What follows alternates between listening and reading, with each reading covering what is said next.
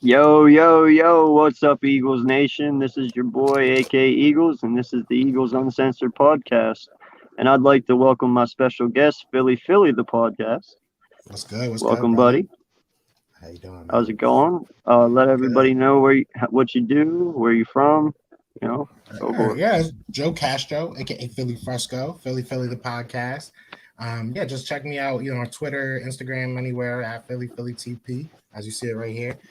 Or on YouTube, Philly the podcast. We have a lot of fun, have some guests on and everything. So excited to talk some football, man. This exciting off season. Yeah, for sure, dude. Like, I've been super stoked to get you on here and to talk some Eagles football. So, you know, this is awesome for me that we get a chance to do this because the first time we had a Definitely. lot of people on. So, you Yeah, know. facts. Yeah, a little one-on-one action. Let's do it. Yeah, I might. Yeah.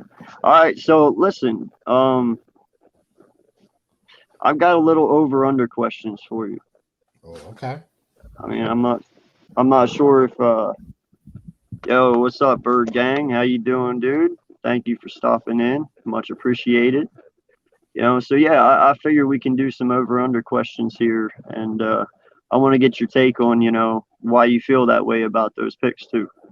Okay. So, all right. So my first question, I'm gonna start with you, man, is Jalen Hurts' QB percentage, 87.5, over or under?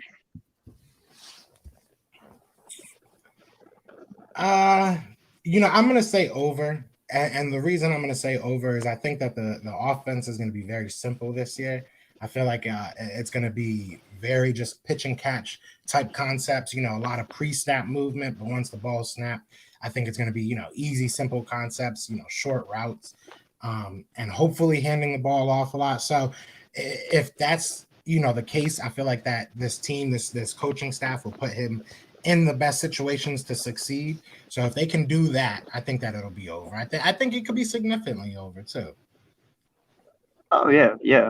No, I agree. I must say, like, I believe it's going to be a lot of quick passes in this offense. Like, get the ball out within 5 yards, get it into your playmakers' hands, and let them do the work.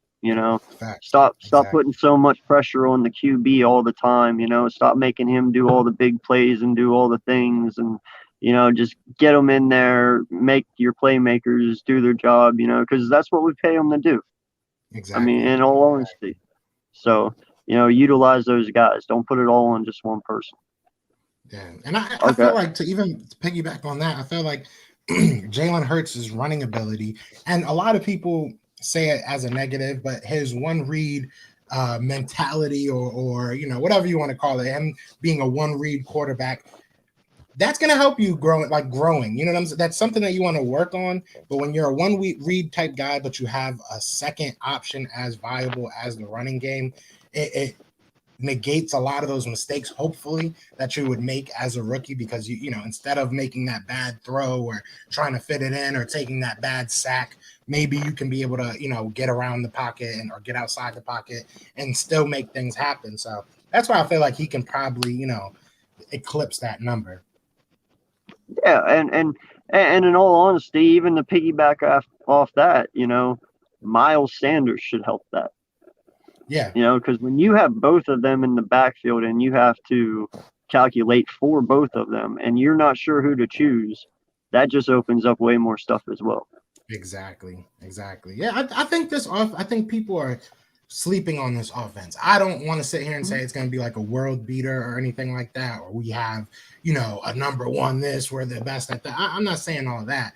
I just don't think that we're going to be totally incompetent. I mean, last year was a terrible year as far as if you want to just say competency. I feel like nobody was competent as far as like our coaching staff or even the players we put out there sometimes. So that's about as bad as it gets. And realistically, we were still able to put up some points. We were still able to beat a couple teams that we probably shouldn't have beat. And I feel like when you go into this year, you take those W's from last year and you try to compound on them and learn from what you did well. And you know what I'm saying? So we have some things on tape. We don't have much from Jalen Hurts, but I feel like we have enough that's learnable. We have, just like Michael Jaquette. Michael Jaquette's another guy that it's like we're so far on the fence because we don't have much about him. And it's the situation, like a lot of things that you got to talk about with this team is context, because Michael Jaquette, yeah, he had a bad and good year last year, but he was thrown into the fire as an undrafted rookie. I mean, he went from a guy that was a project to a starter within about 5 or 6 weeks. So it's like, how much do you really expect? And then not only to mention that, two of the guys that he's playing is, DeAndre Hopkins and Michael Gallup. So he was definitely thrown into the fire. Same thing with Jalen Hurts. Same thing with a lot of these guys. Even Travis Fulgham. I mean, Travis Fulgham went out there and balled for a little while,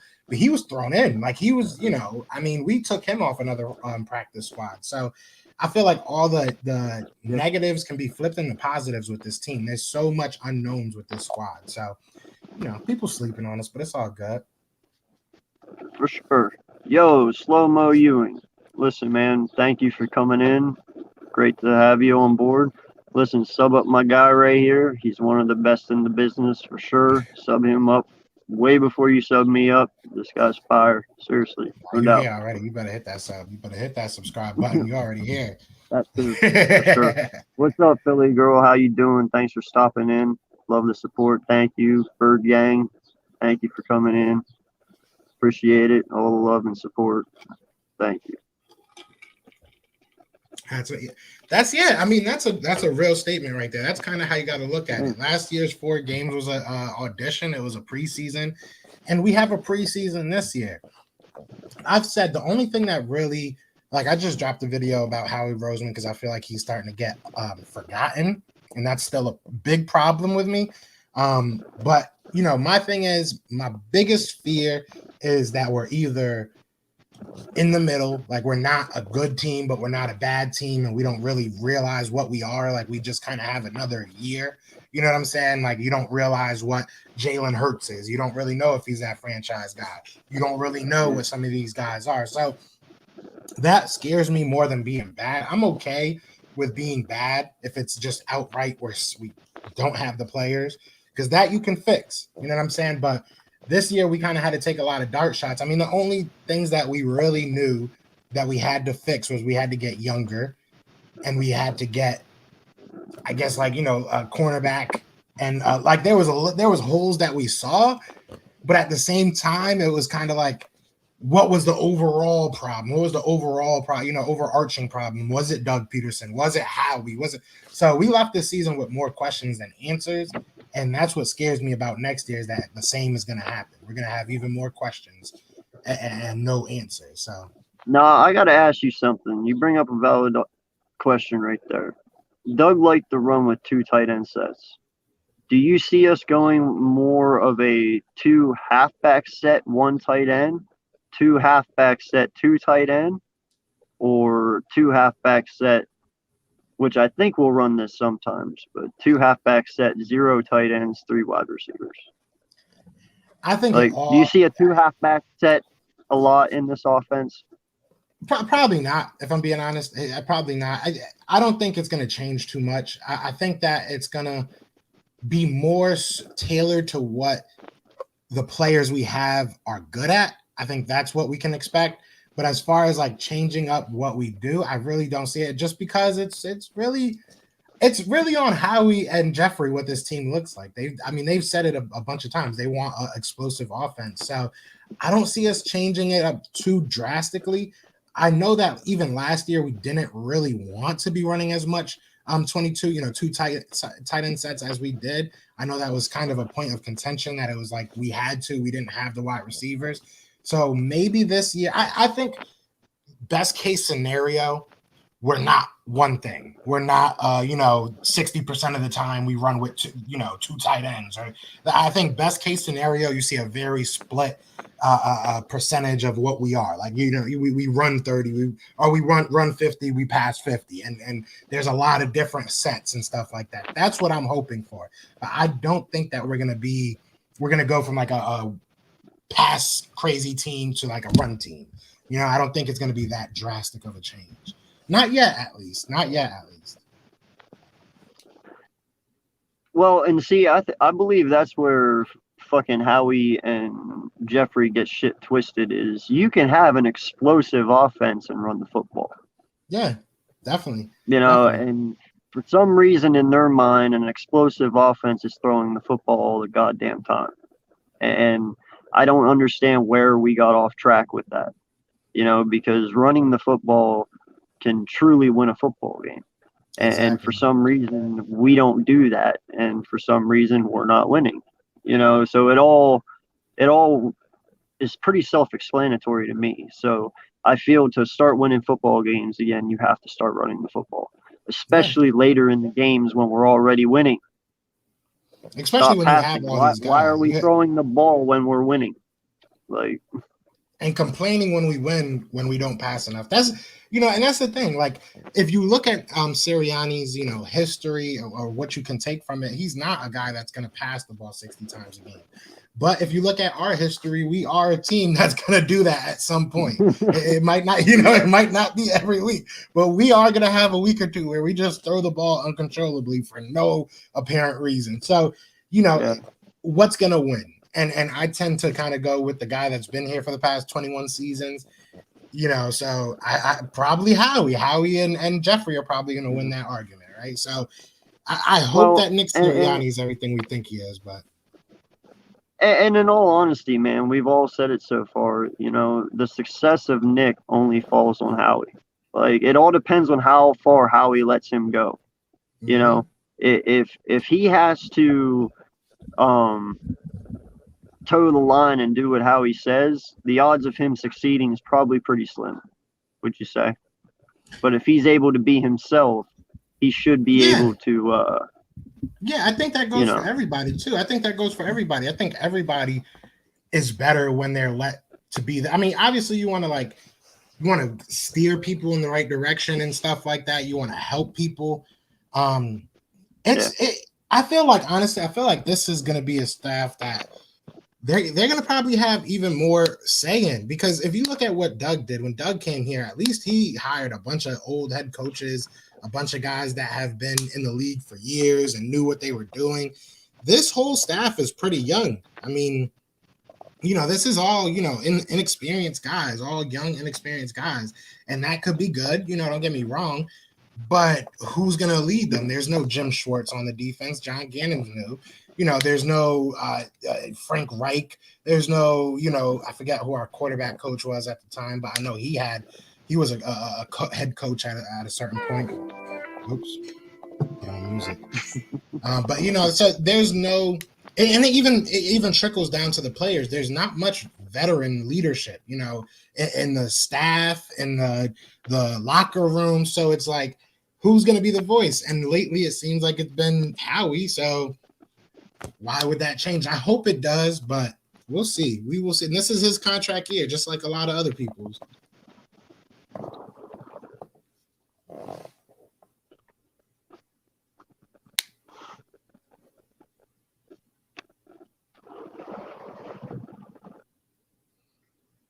Can you hear me? Sorry, man. I lost you here for a second. Can you hear me now? My bad. Are you good? Can you hear me now? Can you hear me? Yep, I'm here. I got you. All right, bad. You there? Yeah. You can hear me? Can you hear me?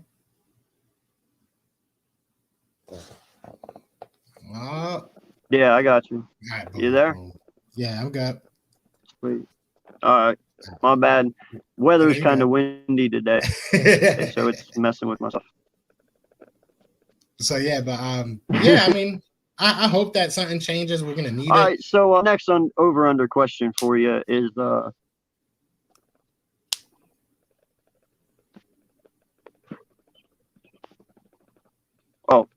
okay. Sorry, lagged again.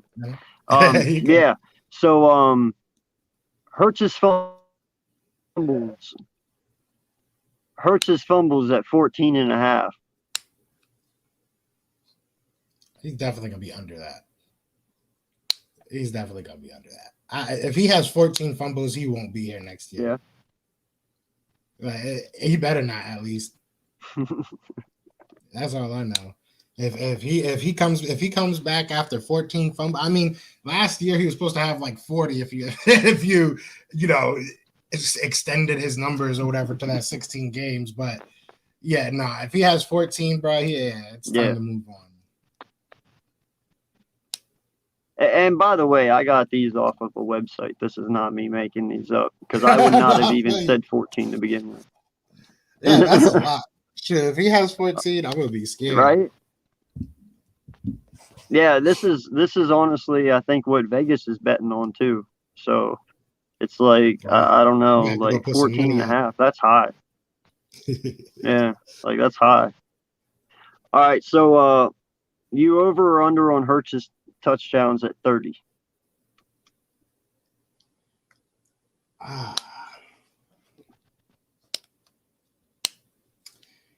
You know, and that's just passing touchdowns. Yeah.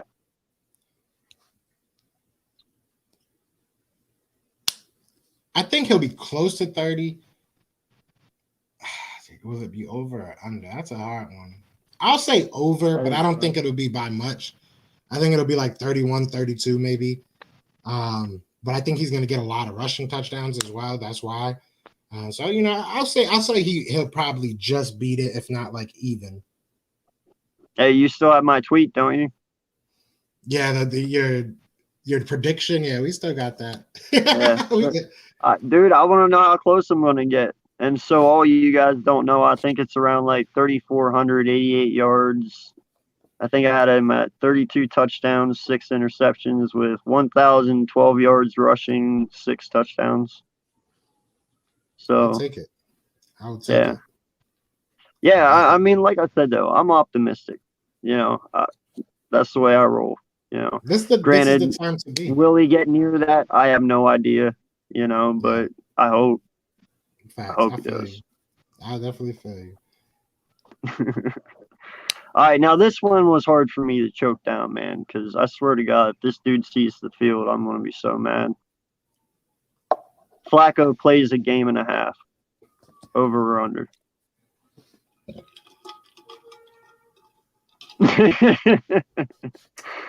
I'd take a drink. I'll say over. I'll say over. I think that cumulatively, because if we suck at the end of the year, I could see him getting in. If we're really good, I could see him getting in. So I'll say he'll maybe hit 2 games. So I'll say 2. I'll say over.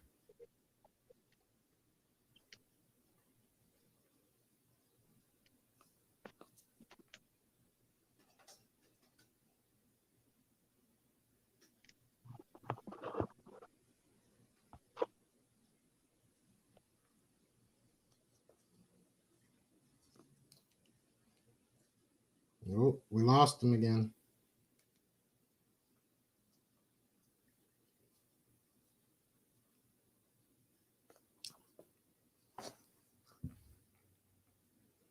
We lost him. Burnt King said Flacco's not getting no playing time. I hope not. I hope not. But I feel like he'll get some PT at the end of the year. So you ready to take the L to the Lions? That's not happening, One Pride. Don't come on here speaking foolish. Yeah, are you there? Yeah, I'm here. Okay.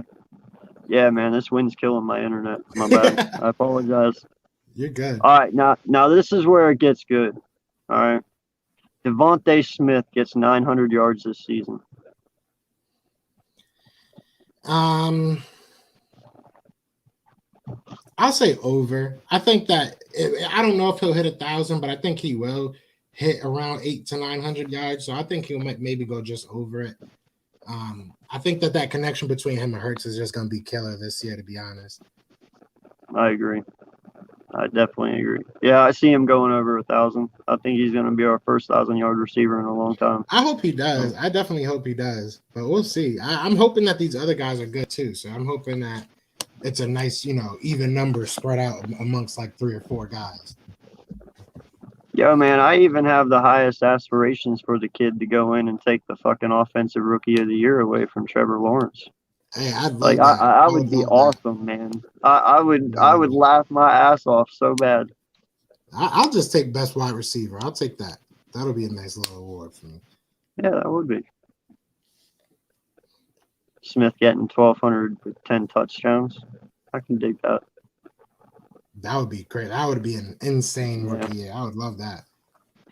Well, and realistically, man, if you can score 20 touchdowns last year, you should be able to do that here. I mean it's a different beast. The NFL and the especially playing for Alabama. Alabama is like an NFL team in the college ranks because their offensive line was ridiculous. Like I think there was a lot of Alabama players that went in the first couple rounds of the NFL draft, and it's not by mistake. So I mean, it is a big difference. And Jalen Hurts is not Jalen Hurts in the college ranks. Like I love Jalen Hurts, but it's not the same. Like Jalen, in the NFL, those windows are way smaller. So he's gonna really have to go out there and ball out. I mean, he's gonna have to go out there and ball out. So I think I hope that he goes out there and puts up over 1,000 yards and all that stuff. But I got to see what this offense is because it might not even really be tailored to that. You know what I'm saying? You know this guy? He's a Lions fan. Oh, okay. Yeah, he thinks the Lions. Oh yeah, okay, yeah, the biting kneecap guy. I see him there. I didn't take notice of that. They were gonna bring like what's it called? They were gonna bring a real lion to their practices. I heard. Yo, like, they wild. Dude is crazy, bro. Like, next thing you know, you're gonna see in the Detroit paper like the first NFL player to get eaten by a fucking lion. Like, seriously, if I said it online, I was like, if I saw a lion when I'm walking into a place, I'm just leaving that place. Like, there's no need for me to be. I'm here to play football, sir. I am not here to play. What are you gonna do if he breaks his chains at the game? Yeah. Don't call me. I'm running. What does that do? That really does not up my morale. Like, there's a lion over here, bro. Yeah, I'm definitely going to practice today. Like no lie. In my eyes, that's an automatic loss. If your lion gets loose, you lose the game. Like, yeah, that's it. We all leaving. Facts. Forfeit. You got to kill people. Shoot, I live not too far from. I live in Florida. I'm not too far from the big cat rescue thing or whatever. The Carol Baskins and all them. So shoot, I could just go there if I wanted to see lions and tigers and bears. Did you watch that on Netflix? Oh, of course. Who did it? Of course. I didn't. Really? Yeah. Oh, wow. Yo, my wife was. Listen, my wife was so obsessed with that for the both of us. I was like, I'm good.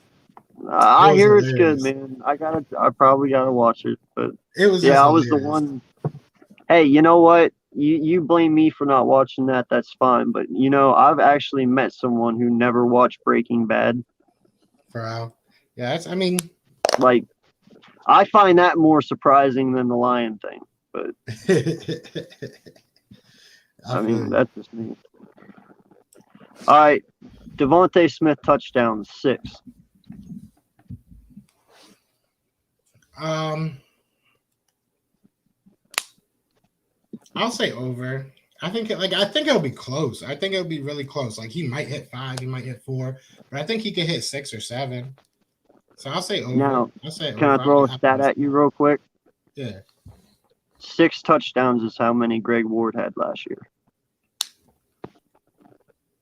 So I mean, it's a different situation, but Devontae Smith, he might be able to come in and do that. I just don't know what this offense is. It's really hard to get overly optimistic about a skill player when you don't know what the team around him is. Like, if all of our wide receivers suck, then they're just going to be double teaming, Devontae Smith. So we really might not even get to see what Smith is. So, I mean, we'll see. I think that he'll be around that, though. I think he'll hit like maybe 6 or 7. That's 2.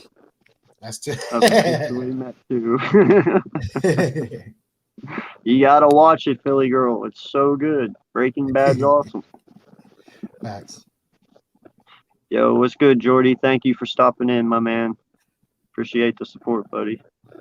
Yeah, I agree with what he said, though. It depends on everything around him. There's so many unknowns with this team. Like, that's the thing.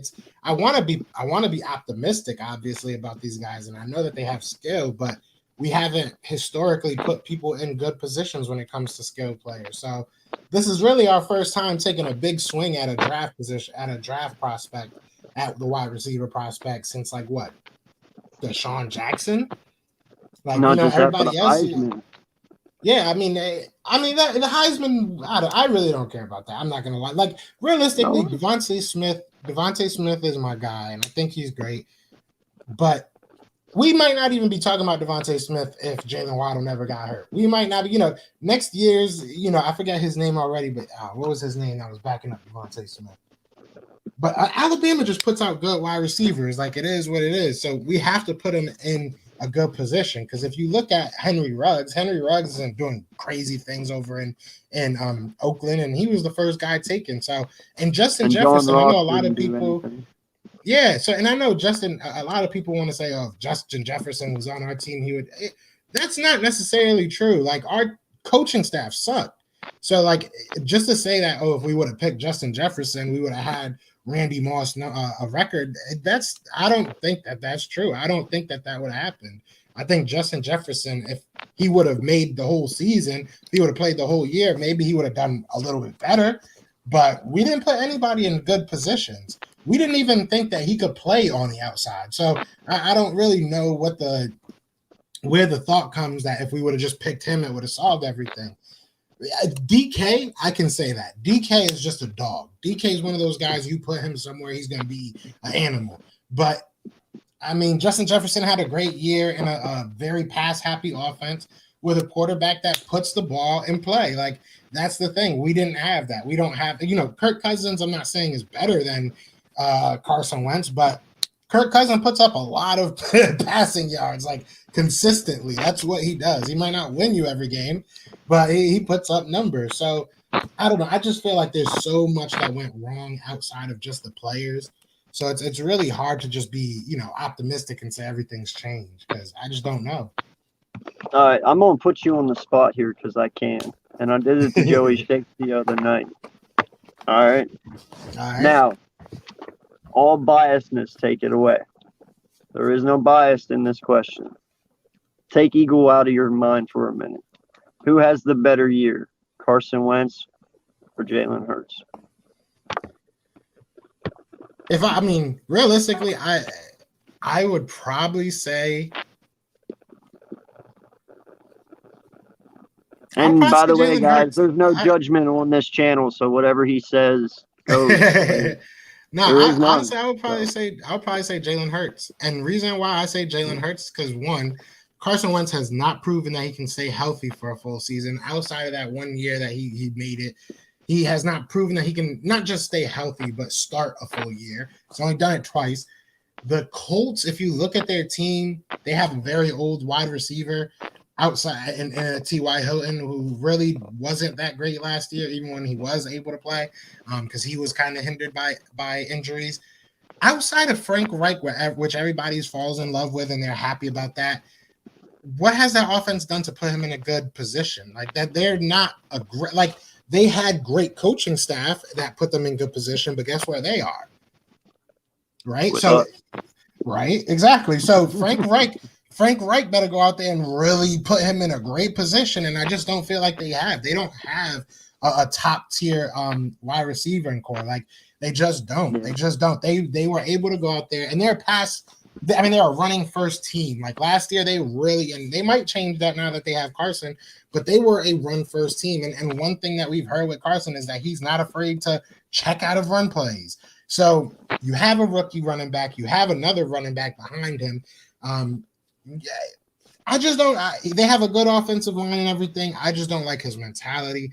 I don't like the situation that he's necessarily in, because he's gonna want to throw the ball, and I just don't feel like that's what they're going to do for him. They're not gonna just hand him the keys, And I don't think the Colts are in a position to give him another contract. So if he sucks this year, they're probably gonna move on. It just is what it is. So, like, there's probably more pressure in Indianapolis on him right now than there was in Philly. Even, like, it might not be as like palpable. Like, obviously, you hear us talk about Carson Wentz every day. In Indianapolis, you probably don't have that. But he doesn't like.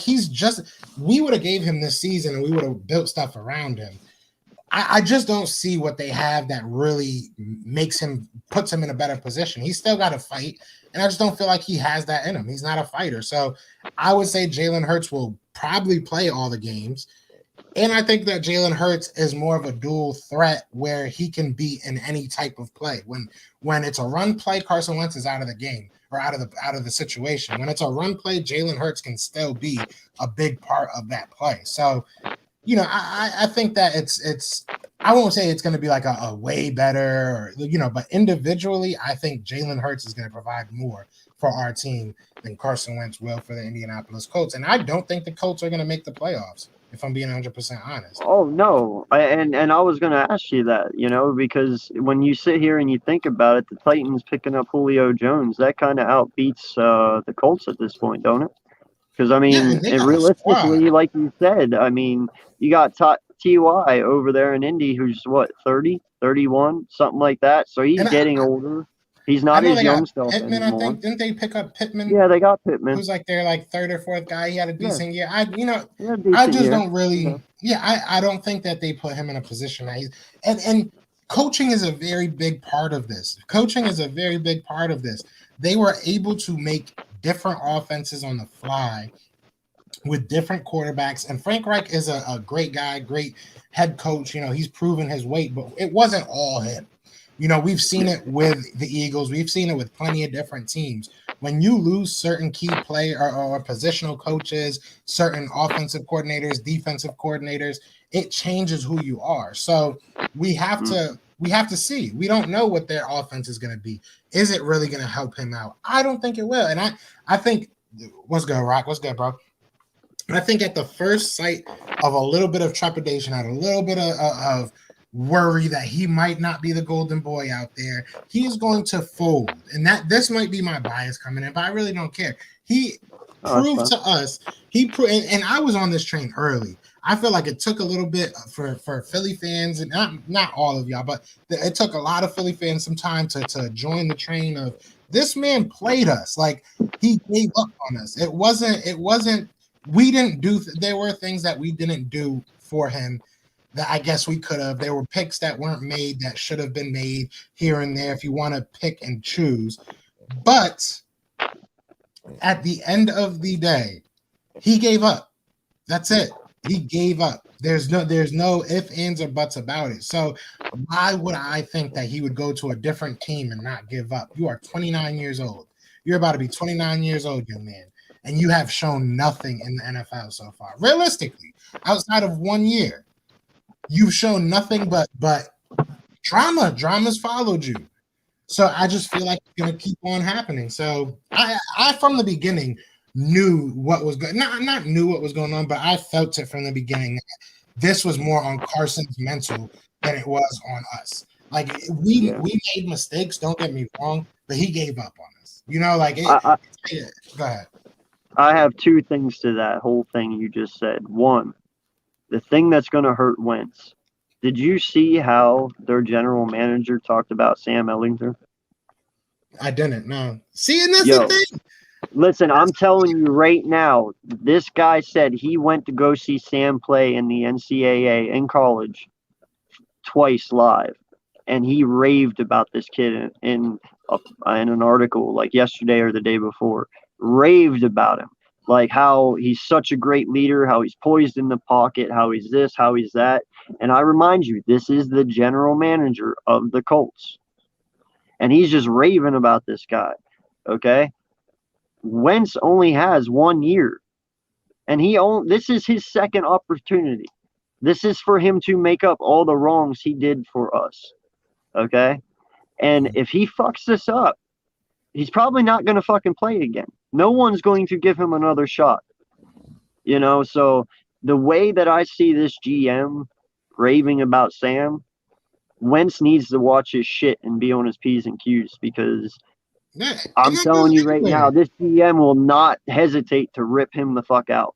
Yeah, and that goes anywhere. Why would you? Honestly, you had probably less expectations coming back to Philly. Like, if he would have just said, like, we messed up, I effed up, I'm sorry, I'm coming back, we're gonna work hard.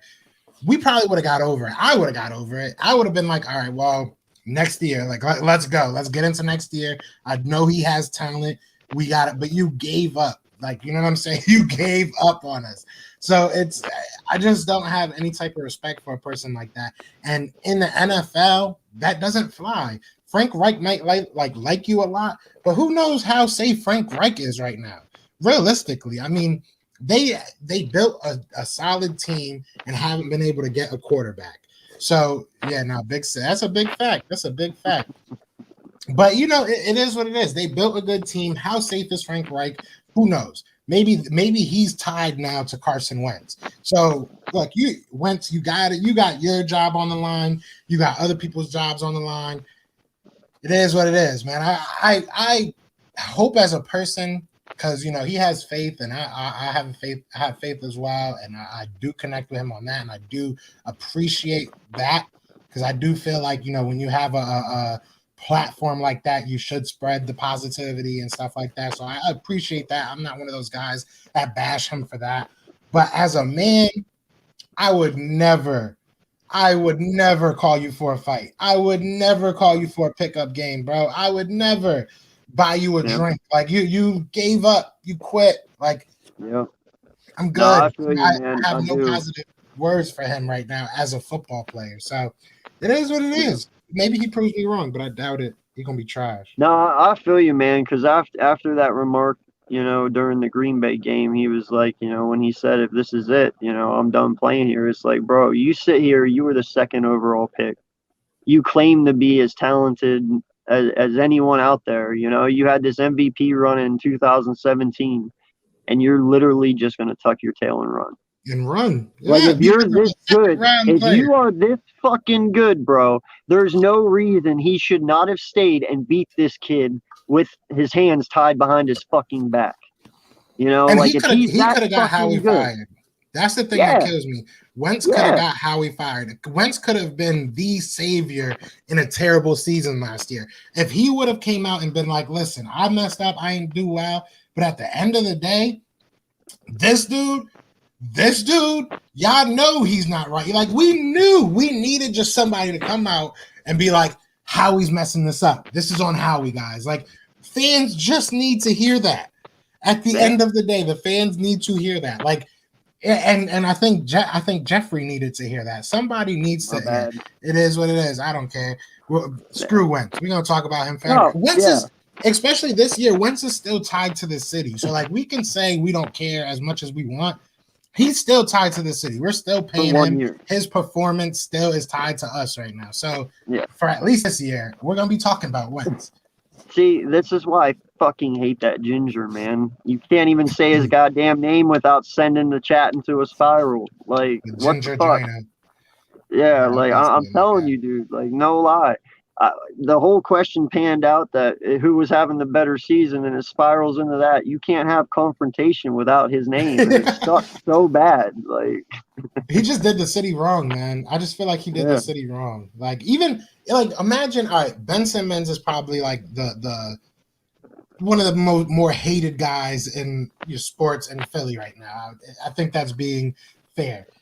Yeah. Imagine he came out and was just like, I gave up game 2. I just didn't, you know, I knew this wasn't the place for me. Imagine he said that. Like, imagine he said that.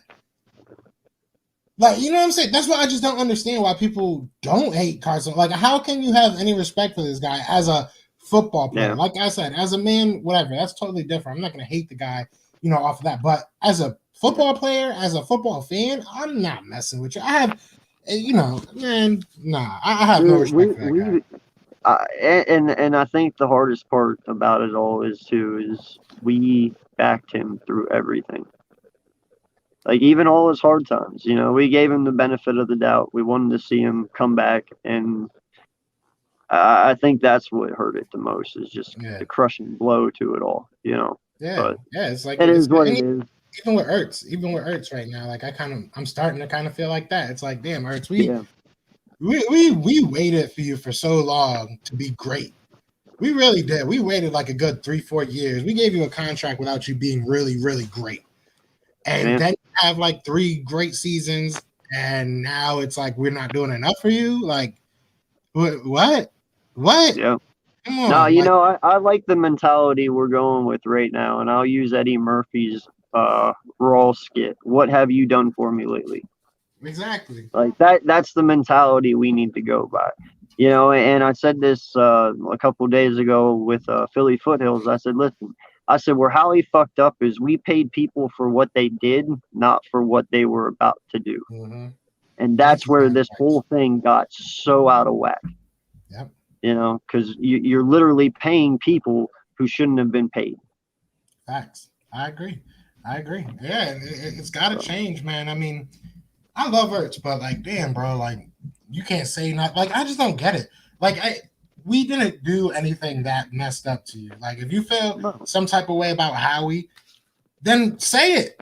Just say it. A lot of people know that Howie's a snake. Like, it's not a hidden thing throughout the league. A lot of We'd people probably know that love you Howie's a more snake for it. dude. Yeah, we'd Huh? probably love you more for it. If Exactly. you came out and Even if backed you Howie, leave, we'd be like, yo, props. facts. Like If I'm saying if anybody came out, I don't care who it is, if they came out and was just like, I mean, Malcolm did it, Malcolm Jenkins did it, he didn't really face much backlash. You just come out and say, bro, this dude's a weasel. I don't like him. I don't trust him. We're gonna back you. This I feel like Philly sports is run by its players, not its owners, not its it's run by the city and it's run by its players. It's a community. Like we don't have say, obviously we don't have say in the team, but we can definitely make some things happen with how loud we can get. Whether it be the media, whether it be just in the streets. Like we're going to let our opinion be known, and we already know that we don't like Howie. We just need it to be within the organization. Because like right now, it's kind of like we're just talking about our friend being in a bad relationship, but we're really not that close to our friend. So we don't really know, like just on the surface, it kind of looks like maybe they're not the happiest, but we don't really know, but if our friend comes to us and is like, listen, I'm in a bad relationship, then we can sit here and be like, all right, we knew it. We got to fix this now, and there's never been that player. All these players just kind of run away. So, hey, it's still go Nets. It's still Brooklyn all day. I've been saying for a long time, and it happened today. Yeah, he can hate all he wants. At the end of the day, the Nets had injuries. We're gonna come back and we're gonna win it next year. So, and Steve Nash sucks. Yo, shout out to the 8 people in here watching. I appreciate the love and support. Just remember, like and subscribe this video, and get my stuff out there. At 100 subscribers, having a free Jalen Hurts giveaway for a jersey. Hey. So, jersey's just hanging up in my closet. All I need is 100 subscribers, so let's get them up there. Let's get it. Let's get it. All right, so you'll like this one. Dallas Goedert, 800 yards this year. Over or under? I'll say over. I think he'll be that number one guy. I think he'll get most of the touches, and if it goes how I'm feeling, like if it's him, Richard Rodgers, and like a Jack Stahl, I think that he'll be that workhorse. I think that Jack Stahl and Richard Rodgers will probably be more asked to be like more inline blockers. Richard Rodgers has hands; he can be more of a wide receiver if needed.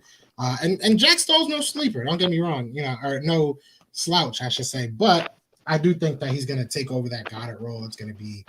It's going to be his for the taking when it comes to tight end yards. So I think he'll take advantage of that. So I'll say over. Now, do you think Stoll takes that this year, or do you think he takes that next year?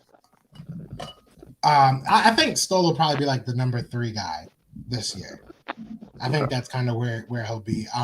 Well, depending on what Richard Rodgers does this year, depending on what Dallas Goedert does this year, Jack Stoll might move up next year. I'm actually interviewing Jack Stoll Thursday, so these are definitely questions. I'm definitely going to be asking him because they're outside of those 3. There's not many people that are experienced. I'll say that at the tight end position. So, I think those are going to be our 3 right now. Oh, dude, I'm telling you right now, Jordy, Ertz is off this team before week 1. Yeah, Ertz somehow, some way. Yeah, somehow, some way. Hopefully, what do you think about that? You think it's a trade or just going to be released?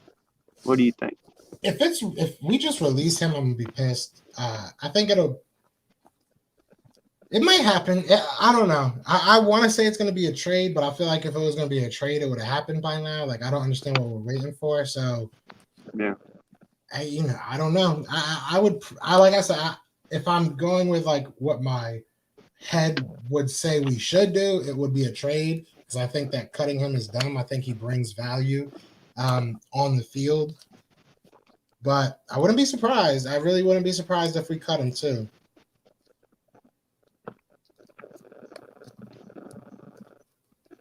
Shout out to Nasa. What about him? He came out. Yeah, he came out. No, I know. Yeah, what is there to think of it? I don't care. Yeah, really nothing to say. Shout out to him though. He is Penn State. He is from Penn State, so shout out to him. Exactly. Big Penn State supporter, and I love Penn State, and I really don't care. Gay does not bother me. I don't understand why they said he was the first one though. That's the only thing because wasn't that dude Michael, whatever his name is, that went and played for the Cowboys? He came out. Who? There was a defensive lineman that got drafted by the Cowboys. I don't think he ever really played for them, but he got drafted by them, and he was openly before the draft saying that he was, Your ties go deeper than mine, so that one I didn't hear. Yeah. It was a random. I forget what his name was. Didn't know that. Like Michael something. No, that's cool. No, man, props to him. Like, that's ballsy to do that, and I respect him for it. There's nothing wrong with it. There's no reason a gay guy can't play football. None whatsoever. I don't care. Yeah, he was a beast in high school and college. Yeah. Dude, I had plenty of gay friends that played football whenever I was in high school. It's awesome, honestly. Like, we're not going into stories right now. Yeah, no, it's awesome, man, because I'll tell you what, they really, truly fuck with the other side, and it's funny to watch. So, all right, so this one's going to be a think piece for you, bro. More receiving yards, Reagor or Fulgham?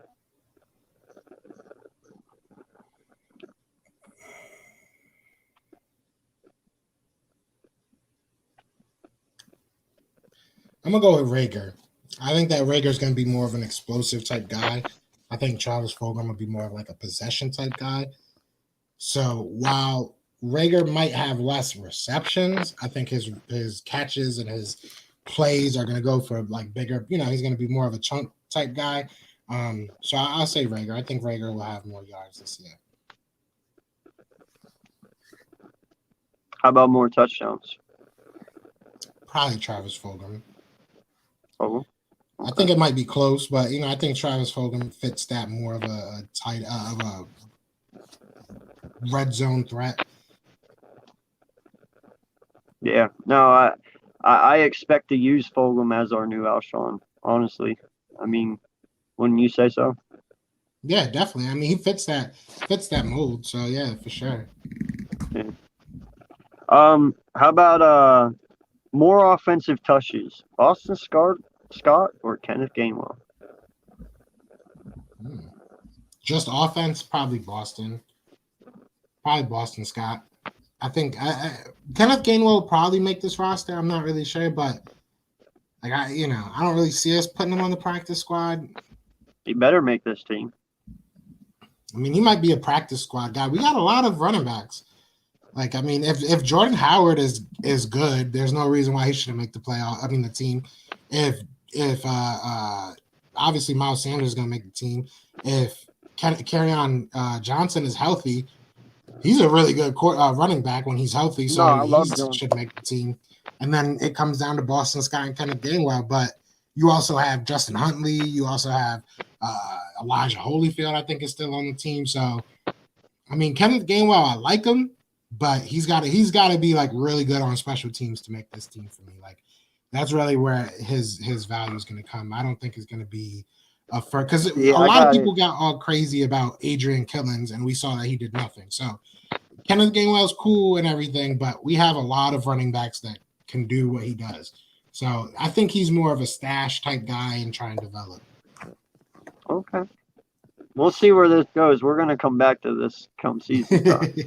I feel like Kenneth Gainwell is one actually- of those guys that people are just falling in love with, which is cool. Like that's what's up, but he hasn't done anything yet, so I don't really, let's see what he does. Like to say that he's better than a running back that got taken in the second round, another running back that I think got taken late first. No. I Or that have he'll it. even I make have it going Sanders, Johnson, but I have Gainwell being our third running back. See, I can't. So see he's that. going to be on this team. Over Jordan Howard, who at one point was getting compared Howard. to The only reason I Todd have him Gurley and over stuff like Howard that. is because of his health. Howard's health is my only reason why he does not make this team over Gainwell. If that was the case, he wouldn't be on the team right now. That's how I feel. Like if that was a worry at all, he shouldn't be on the team right now because you have a lot of running backs.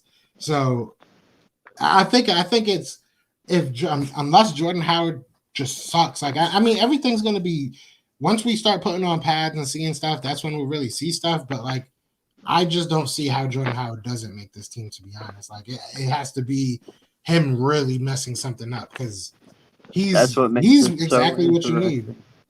That's what makes it so and Kenneth interesting. Gainwell hasn't done anything. That's the thing. Kenneth Gainwell was a better receiver in college than he was a running back. So if he does make this team, it's not going to be an inline runner. I don't think he's going to be between the tackles. He's good.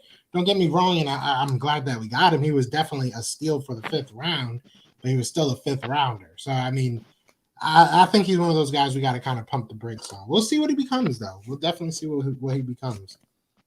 Hey, I admire it, man. We'll see where it goes. I can't wait.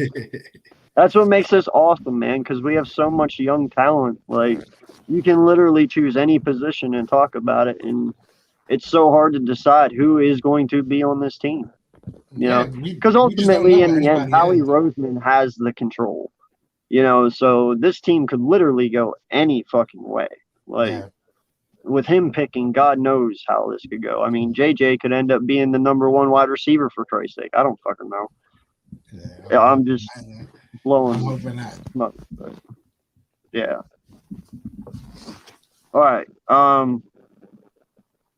Total number of rookies to make the roster this year at 8.5. You over or under? I don't know why they put half. It's like we have a midget on the team or something. Like what? Yeah, he is kind of small. Yeah, he's like 5'10", I think. I would probably say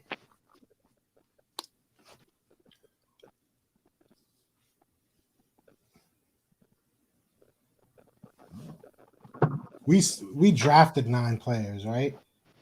Yes.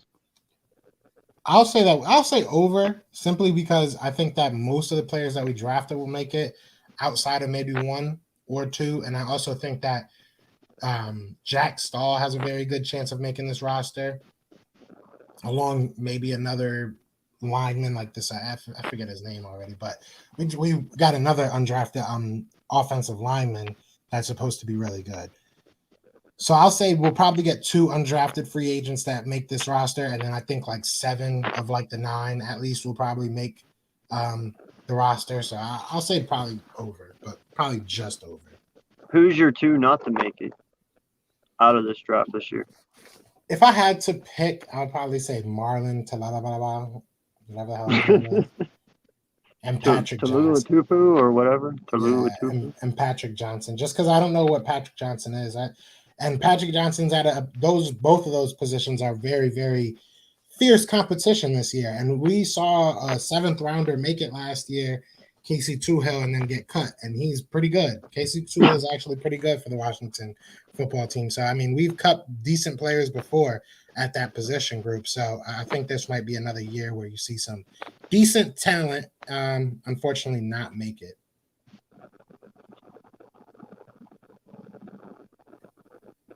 Oh yeah, play. I've already said this, dude. Like, I just don't see how. I just don't see how. I mean, this is the maybe season. This is the time where everybody just says what they think could happen. But Kenneth Gainwell hasn't done anything. I'm not really sure where that comes from. I would say the more likely candidate would be Johnson, honestly, to take over. I wouldn't be surprised if we drafted somebody. I mean, I don't see us giving out second contracts to a lot of people unless they're cheap. I mean, I hope that Kenneth Gainwell is good. It depends on what we do too. I feel he's more of a receiving guy, a receiving back than he is a running back. So, if you put him out there, you're going to need somebody else with him. So, in my opinion, that's just my opinion. I don't know if he's a 3-down guy yet. Well, I mean, in all honesty, all these halfbacks need to worry because you can get a halfbacks in every draft. It's not like they're a dime a dozen. We can get one every year if we want. So it's not like, and that's kind of what irritates me too. We take all the time and energy on these positions that we don't need to, and the ones we need to, we don't. Like we should be in the draft getting corners, not, positions we already have, because we can grab a halfback every year. We can grab offensive linemen every year. You can only get certain corners at certain times. Every year. It's hard to get good corners in this league too. Yeah. And that's the other thing that pisses me off. I haven't made a video about it yet because I don't want to jump the gun and look stupid. But fucking us with this whole Stevie Nelson thing, not wanting to pay the man $3 million or over $3 million. It's like, listen, y'all don't want to draft a fucking corner, but you guys don't want to fucking pay one either. Like, you can't have your cake and eat it too. You got to give us something. The thing with Steve Nelson is, I was cool with us paying $7 to $8 million, but if nobody else is paying him that, it doesn't make sense for us to overpay for a player. One and two, we might not be that good. Like, that's the thing. Like, we might not be that good. So why waste that money when it can roll over? Well, dude, and I'm not saying $7-8 million, but damn, you won't even pay him $4 million? I mean, that's what I was told is they offered him just like south of $4 million. But what I was also told is that they literally are not that far off from what his offers are. So, and this is where they came in. This is what they came into the table at. So, if we get him for $4 million, that's a steal.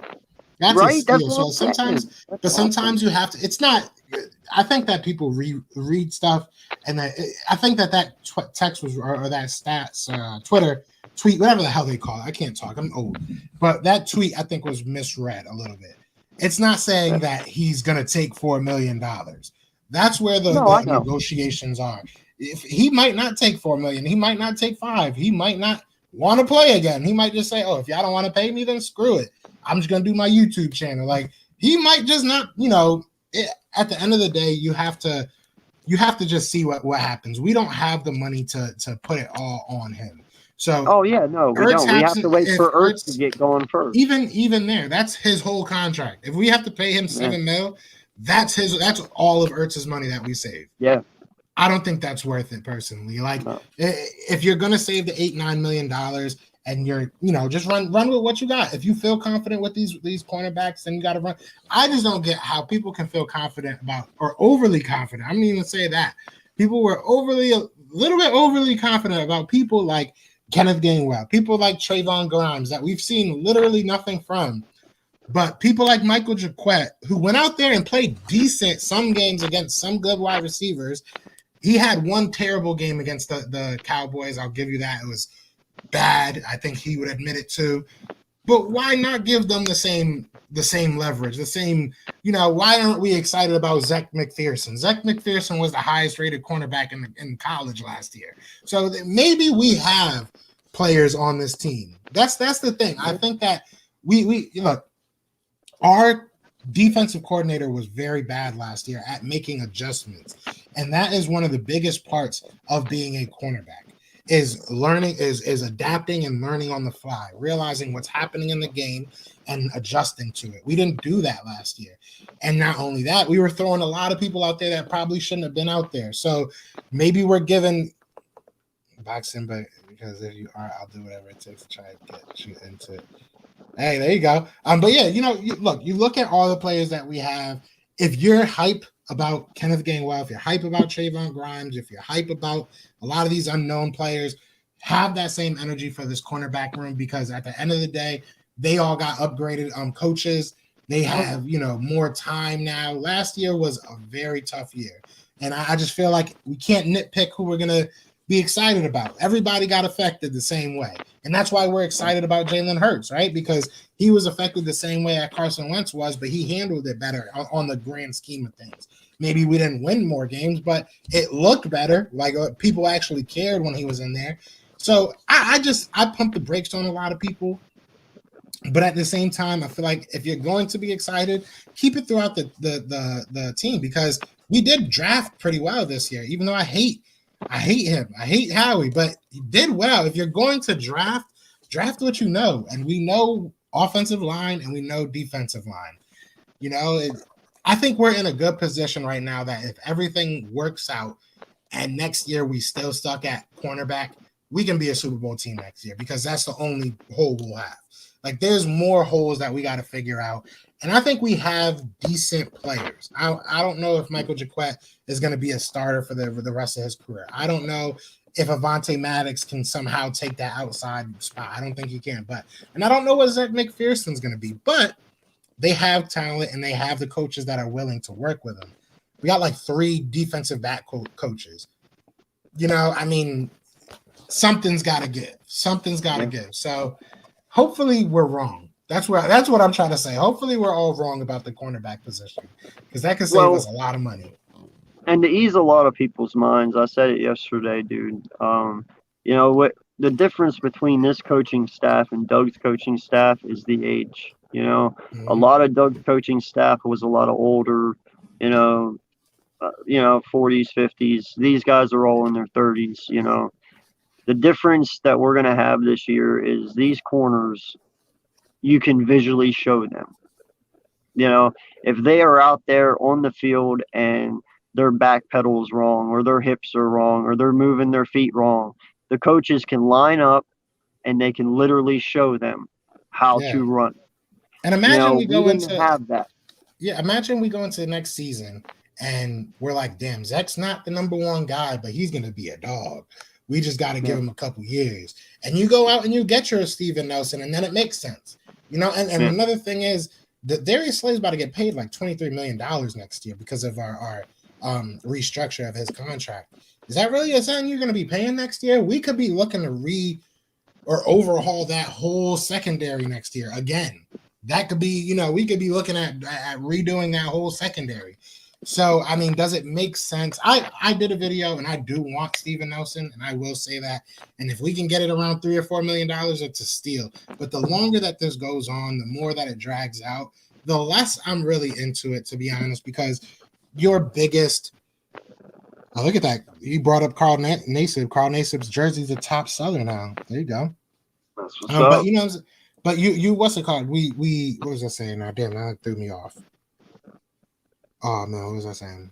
Oh yeah. So if next year is a whole retooling of our secondary, maybe it makes more sense to just save that $8 million. But if we can keep him, I'm cool with it. If we can keep him, I am cool with it. If we can get him, I'm cool with it. If we can get him for under, $8 million, I'm cool with it, because that says to me that you think that will help us be more competitive. But if you don't think that that's going to put us over the edge, don't do it. Don't worry about it. Just, because at this point, you're not going to have, if you sign him right now, you'll have him for training camp. But if you're not going to have him for training camp, I don't care. I need him working with some of these guys. I need him talking to the young guys. This has to be a now and future move. And for him, it makes sense. Because realistically, like I just said, $23 million to Darius Slay. Stevie, you could come over here. You could ball out this year. We could give you a decent little 2-3 year contract, and you could be our new number 1, and we can move on from Slay. And I'm not saying that that's what I want to happen, but that's a possibility. So it makes sense, but I don't know. I feel like it's too dramatic at this point. Either shut or get off the pot. I would love that Slay. You have no idea, man. Maybe we can figure that out sometime. We'll do something. I know for the games, I'm probably going to be going to a lot of them. I'm trying to be out there, trying to set some stuff up with some people. But are you going to be out there with me and Nest on the week 4, Tampa? In Philly? Yeah. I might. I was hoping they would come to Tampa. I might. I don't know. I know I'm going to the Falcons game. I know I'm going to the Dallas game in Dallas week 3. And then we'll see from there. I know I'm supposed to go to the Denver game And I want to go to the Raiders game really badly, but I, I know I I'm going might to meet like 4 you. or I 5. might meet you at the Falcons game week 1. I might go down and Yeah, tailgate for I that. live mad close to it, so I live Yeah. pretty close to Atlanta. Oh wait, are we in Atlanta week 1? Yeah. Oh well, then never mind. Sorry, I thought we were home that week. Shout out to Dylan Matthews too. I don't know if you ever seen Dylan stuff with Simone and stuff, but he works out there. He works for the I think they're called the Voice or something like that in Atlanta. So I'm definitely Oh gonna be okay. doing something with him for that game. That's gonna be dope. I'm excited. I'm trying to like go everywhere. I'm trying to go to all these games. Sweet. Philly girl, we chilling. You buying me a drink? Buy me a drink, girl. You won't be there week 4. I'll go just for a drink. There you go. You heard it I'm here. cheap. I'm a cheap date. Now, I want to talk about this because you know what? I made this comment already. I don't know if you've even seen it yet, but I made the comment about trading Fletcher Cox for Howard because that would also solidify our corner for the next 3 years, especially if we get rid of Slay next year. And, all around, dude, he's got hands. The one stat I still go by is in the last 3 years, he has 18 to the NFL's 19 interceptions. Last year alone, he had 10. Fletch is 32, 31, going to be 31, whatever. His peak's kind of leveling off, if you know what I mean. Last year, he got 8. I'm not expecting him to hit double much longer. He's going to start leveling off, and then he's going to start falling off. We can't wait for the fall off. So I feel because we aren't in that winning season, and like you said, we're looking more towards next year, even though I have high expectations for us this year. I have us at 10, 11 wins, even with what we have. But like I said, I'm very optimistic. I think big, but it is what it is. So I just think, in all honesty, that works for Miami because they are making that playoff push and possibly a Super Bowl run. And that gives Cox, he solidifies that interior line for them. And it gives us our corner for the next 3 years, opposite of Slade this year and possibly his successor moving forward. What's your take on that? I would be down. I would definitely be down. I think that Fletcher Cox is one of those guys you got to look at his value and like you said, kind of see where his arrow is pointing, I guess, and see what you can get out of him. I say that with all our vets, realistically. I say that with Lane. I say that with Brandon Brooks. I say that with just about anybody on this team. If, you can get above average value for these guys, it's very worth looking into right now. So, if we can get somebody like a cornerback, if we can get somebody like a Xavier Howard for a Fletcher Cox and it doesn't cost us more, I'm down. I'm with it. I mean, if it's a straight up thing, or if they want to give us some more picks, I'm with it.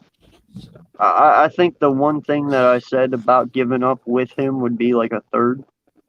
Like I feel Fletch in like a third, I wouldn't do that. Maybe. I wouldn't do that. You wouldn't do that? Not for Howard? No. I'm not giving up any of my draft assets. It just doesn't make sense to me because you got to pay him still. The contracts aren't going to be that much different, especially with how much cornerbacks are starting to get paid and the rate of which the salary cap is most likely going to go up pending another pandemic.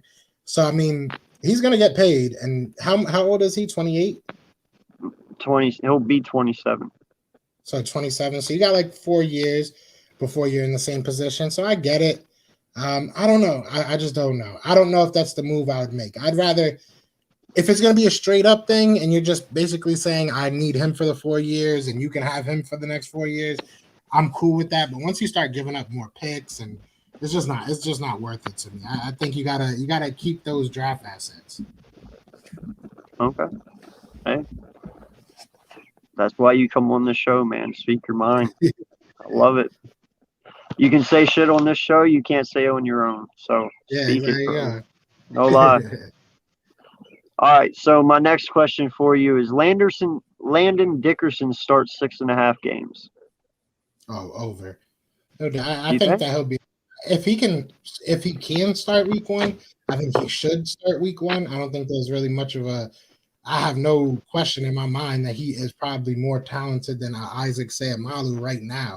So if you can get him to start there, you do that. And if he's a great left guard, you keep him there and you figure out center next year. I think Landon Dickerson's a very unique prospect, and the fact that if he's healthy, you can play him at almost all. I think at all 5 positions he can play. So, and he can play at a elite level. So, you start him wherever there's a hole, and figure it out from there. If you move him, you move him. If not, that guy should be starting week 1. You're not worried about rushing him back too soon? No, if he's healthy, I mean, that's the thing. If he's healthy, I'm not saying if he's not healthy, then you wait. But if he's healthy, you go out there and play him, man. That's what you get paid for. You don't let second round picks wait. If he sucks, if he can't stay healthy, then you got to move on. You got to know that early. I like having you on my show, man. I do. It's nice. I like this side of Joe Castro. You never get to see this side, dude. No, that's like true. that. I like that you can come on here and feel free, though. You know, that's cool. Like you just sitting back, chilling, drinking a drink. You know, not even caring. It's vitamin water. I only drink Mountain Dew, man. See, you know, you got the Manscaped commercial, dude. If I ever make it, I want the Mountain Dew commercial. Like, there you go. I will do your Mountain Dews for you. Like, you can have Manscaped. All I want is Dew. Hey, I got you. If I get a Mountain Dew sponsorship, I'll send them. I'll be jelly. I will be so jealous. I might have to unsubscribe to you if you got a Mountain Dew. I'll send you free Mountain Dew. Okay. I'll send you free Mountain Dew. I got you. Okay. Dude, you do that, and I'll make like 100 YouTube accounts and subscribe just to you just for doing that. You know, I'll get you 100 more subscribers. Yeah, I'm close to 2K. I'm so close to 2K. I can't wait. I'm like, I know, man. You deserve it so much, dude. You do so much for us as a community. It's not even funny. All the time, energy you spend, it's ridiculous, man. Like I do this shit. I do this shit for fun, you know.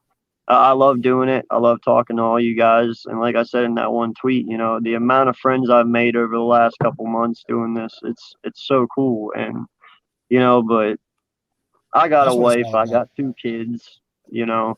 I don't have all the time that you guys have doing this, but for the time that I have, it's so much fun. You know, it really that's what it's all about. That's why I said, even when we were talking earlier, you got to just like, when I started it wasn't really like, you know, with an end game and goal in mind or anything. It was just like, I had nobody to talk to. Listen, this is what happens on the Eagles Uncensored podcast. You see shit you won't see anywhere else. It's not smart. It's not. It's a candy cigarette. That lights up. But no, you know, like I said, it's just about building a community, having fun with it, man, and you know, the rest will come. The rest will come. People get too hung up on like the numbers and stuff. You gotta just have fun with it, man. Because trust me, that's what I said. It's a place I want y'all to come, you know, and to be you. You know, it's like I told Joey the other day, you know, you guys are kid friendly. Yeah, I'm not kid friendly, but I'm sure kids will watch this, you know, because that's what kids do. When you tell them not to watch something, they go and do it, you know.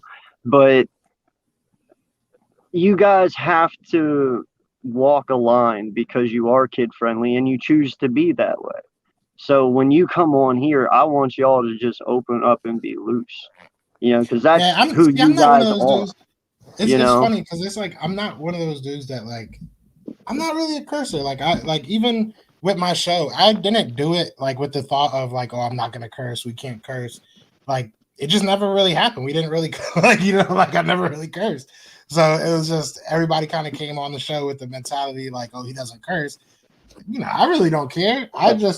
Me personally, I don't really find the need to. So like I'm just not that type of person. But I think that's what makes it good though. Like everybody has a little bit of a different, you know, swag that they bring. Like, and that's what's That's what's most And in important. all honesty, man, I don't even curse that much, but I will once the season starts, and if there's something fucked up and I feel I need to, I will, I But curse more over that's why basketball. I did the uncensored part, because it's like there is Exactly. sometimes I'm going to need to do it, So, Exactly.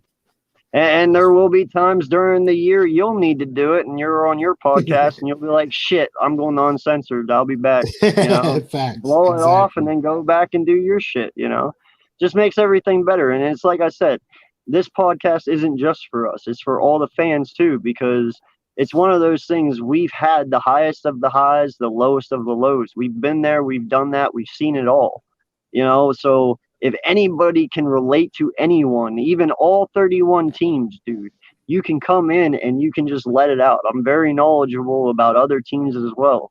Like if you think something's fucked up, come in and just let it out. I don't even care. Even if you're a Dallas fan, I will listen. Like it's not even funny, because we know what it's like. We've been there. We're there right Fact. now. Honestly, again. Purgatory. So But it'll get better, hopefully. yeah. I think it's just your device there, Philly. No, I think Sorry. you're frozen. Am I? Because you're frozen on my side too. No, I'm not frozen on mine. That sucks. It'd be like that, man. I apologize. All right, It'd be like that. so Dillard starts with the Eagles or someone else at 3.5 games. I think he'll start with the Eagles. I don't think he's going to go anywhere. You I think think he's that going to get the starting job at left tackle too? I think he'll play there. I don't know if he'll like win off the rip. I don't know. I've said before I want him to. I want him to win the position just because I feel like Jordan Mailata has more versatility. So I feel like Jordan Mailata would be more of a weapon for us, like being able to move around. So I think he will. I think he should win the left tackle position. So I will say that he'll be the starter. Mailata? Mailata, like I said, I think Mailata has more value in his versatility. I think Mailata, he did well last year. Don't get me wrong, he did very well last year. And if he wins the job, then awesome. But I feel more comfortable saying, Mailata, we need you to move to right tackle this week, than I feel comfortable saying, Dillard, we need you to move to right tackle this week. So, oh yeah, no, because that's why I'm Dillard has no hoping that Dillard versatility. wins. Even though Dillard's, like Stoutland said that Dillard's been listening. Dillard's been like at the front of the classroom and he's loving the energy he has. So maybe he comes in and wins that job finally.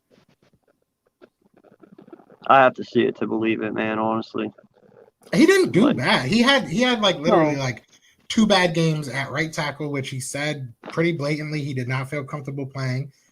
And people just killed him for that. I mean, I feel like he did well. He was a dog at left tackle, if I'm being honest. Like at right tackle, he sucked. Like it is what it is. So, some people are just like that. Some people just can't play other positions. I hope that he fixes that. But, if he's a dog at left tackle, man, keep him at left tackle.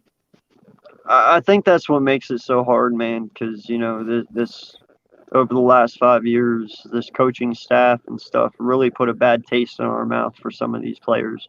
Like, for instance, I don't give JJ any credit, any drop of the hat whatsoever. Like, I just truly think he's shot and done for. You know what I mean? Like, even though there's people out there that suspect he still can do it, I don't. It's like you have to show me at this point. Now granted, everybody can sit there and say, well, he hasn't really done anything that wrong. When he plays, he does catch the ball, but when? yeah, When? right. I mean, 10 I've catches over literally his got that first 3 argument. years. Yeah, I've got that argument. They were like, well, he catches the ball. What about the one that Hurts threw to him? I was like, that's one fucking catch. Like, shoot, Alshon got a touchdown from Jalen. So you want to bring Alshon back? that's kind of my point. People don't really like. I don't know, man. To me, JJ's washed. Like, I'm over it. Let's move on. We have Hightower and Watkins waiting. Like, why are we JJ still was stuck never on? dirty. JJ was never dirty, so he's not even washed. Like, he was just never good for us. Like, I don't understand. Like, yes, there was some. He never plays should have been the he, second round pick, man. He never should have been a second round. No, definitely not. Definitely not. Especially that So year. There were so many better wide receivers. I mean, I know we got hung up on DK, but there was other guys too that would have been a right, better option than him. So yeah. it is what it is. All right, we're going to get to the defensive side now. This is the fun part. Derek Barnett at 8.5 sacks.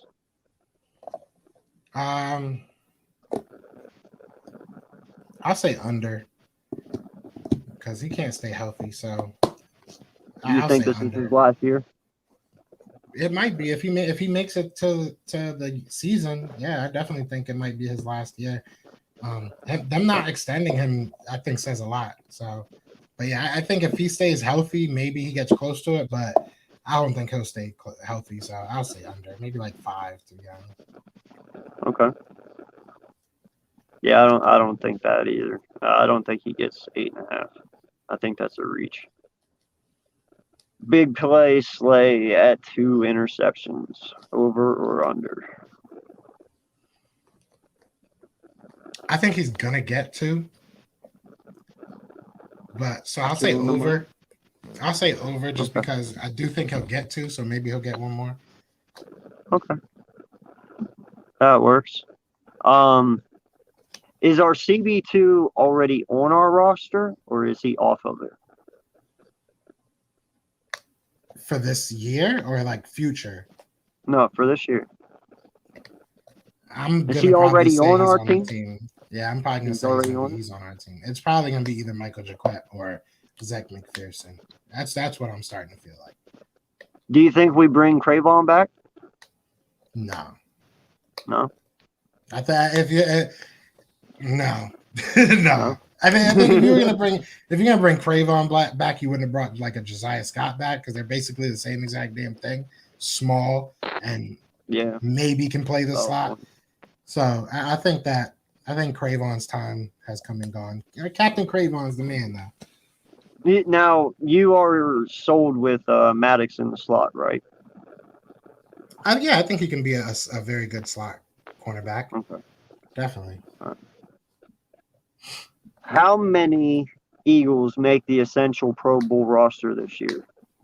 2. Over or under. And when I mean essential, over. for all you guys watching, that means the original Pro Bowl roster. Yeah. That's before injuries take place and other people step in. I'll definitely say over. Definitely Over 2? I think are we saying just defense or both offense and defense? Just the offense and defense. Yeah. So yeah, definitely over 2. I think that Miles has a good chance of making it. I think our whole offensive line, individually has chances to make it. I think Ryan Kerrigan could surprise a lot of people because he's going to be utilized in a lot of different ways. Darius Slay might have a really big year for us. I think Rodney McLeod low-key was a snub last year. I think he had a balling ass year last year. Obviously, You think BG goes back? Nah, I think that we saw what BG is. I'm not gonna lie. I love Brandon Graham, but I just think that he is what he is, man. And like he's never Would you gonna trade him to Tennessee?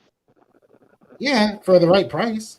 I'd trade anybody for the right price. They got a couple cornerbacks. They got a couple cornerbacks I wouldn't mind having. Picker player.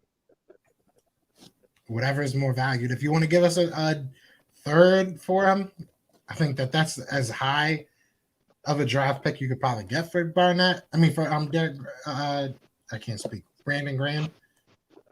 That's reasonable. If you want to give us a starting cornerback, I'm with that. I'm not mad at that. I can't remember who they got, but I know I don't know. So I think they got Logan. Yeah. They got that Logan dude from the Patriots. I wouldn't mind him. I'll take it.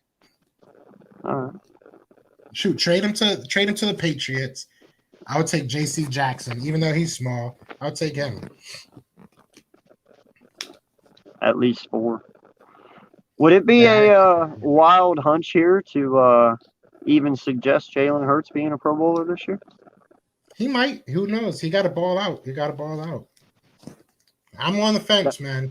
I know me and Brunson have had this conversation a lot. And like anytime I like say good things about him, he's like, all right, so you're on the team. And I do like Jalen Hurts. I love Jalen Hurts. And I'm not saying he's gonna be bad.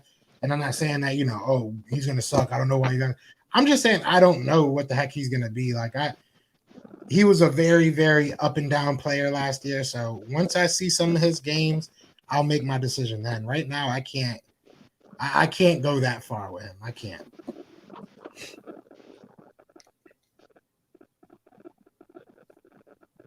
Yeah. Yeah, I believe Brooks and Lane are definitely going to be two of them, 100%. Yeah, if they stay healthy, there's no reason they shouldn't. Kelsey, he's damn near a Pro Bowler every year, so he's Facts. automatically on that list. Facts. All right.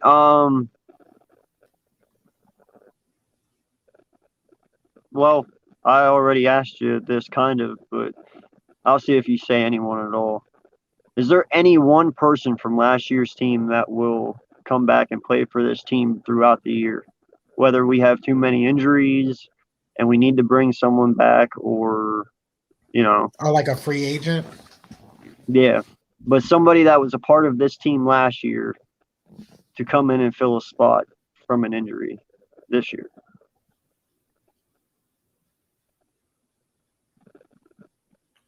Maybe a Cravon. I could see like a Cravon coming back if we get injured.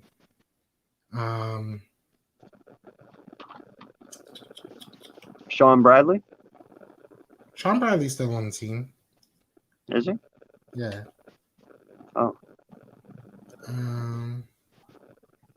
I believe so. I mean, unless he got cut or something. Oh, wait. No, not Sean Bradley. Sorry. I didn't mean to say Sean Bradley. Sorry. Keep going. I'll think of his name here real quick. Oh, Duke Riley. Sorry. Riley. I think Duke Riley got picked up. I'm pretty sure Duke Riley got picked up. Well, it doesn't mean he's going to not be dropped again. Yeah, no, right? Honestly, I wouldn't be surprised if Nate Garrett got cut and we picked him back up if we needed linebackers. I would go crazy about that. But honestly, Trayvon Grimes is definitely a guy that probably will be back on this roster at some point. I'm about to make a video about him because I feel like he's the new Jordan Matthews. I feel like we're just going to keep on cutting him and bringing him back. So I think Trayvon Grimes probably has the best chance of coming back to this roster, realistically. How about Jamie Newman? I don't think he's going to come back, especially with the Mullins signing. I don't think it's going to happen. Okay. Hopefully Flacco breaks his ankle. That's messed up. Dude, I don't like that guy. I'm sorry, man. I am not a Flacco fan. I just hope neither of them play. I've never been a Flacco fan. Yeah, no, I feel you. I feel like I think Mullins will take over for him. All right. Now, this was just kind of a joke, but I'm winging it here. Will the Eagles use a rock, paper, scissors celebration this year? Oh, they have to.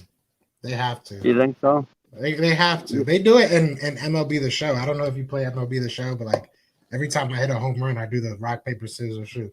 So yeah, they have to. I mean, that's a no-brainer. If you don't do that, right. the shirts you can make, the stuff that you can do. I'll say this: this team right now is media gold. Sometimes comedy writes itself, but right now it's like this media just like the team is giving us everything. I mean, from the quotes that Jalen Hurts puts out to the weird stuff that Nick Sirianni just says every time he's in a press conference. I mean, if we suck, the memes are going to be amazing. I'll tell you that much. Right. It is. All right. So, Dolphins first round pick at 16. Are you over or under on that? I'm going to say I think it'll be like right around there, to be honest. I think that'll be like a fringe playoff team. So I think that'll be like 15 to 20. So I'll say over just to be safe. I don't think they'll be like that bad, but I think it'll be like 16 to 20. How about the Colts first round pick at 21?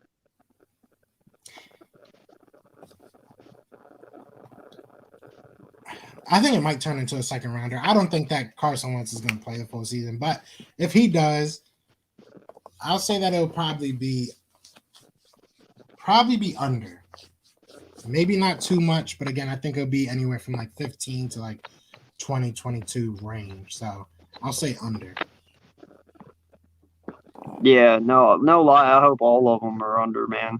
Like, I hope everyone just sucks, Fact. except us, obviously, and we Fact. have amazing draft picks, except our own.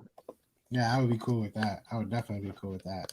On the rock paper scissors thing, who's going to be the one to throw it out, offense or defense?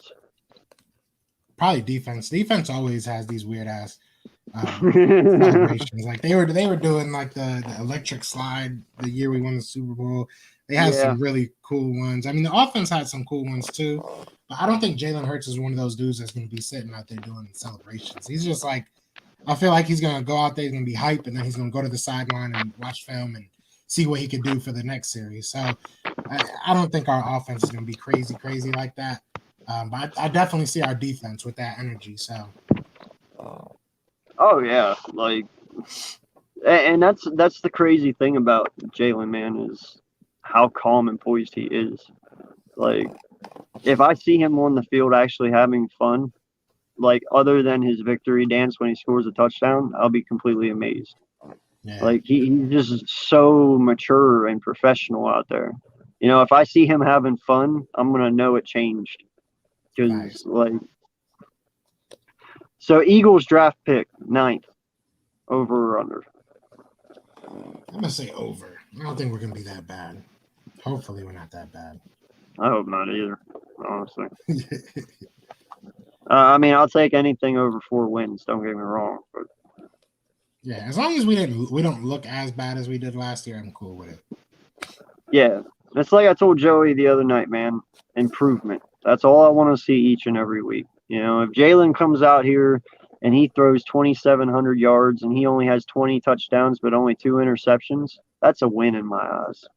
You know, he's only threw 2 interceptions. Yeah, these yards might not be there, but that's something you can build off next year. You know what I mean? Facts. Shout out to Like Lewis Duncan in there saying the Dougie and the gritty.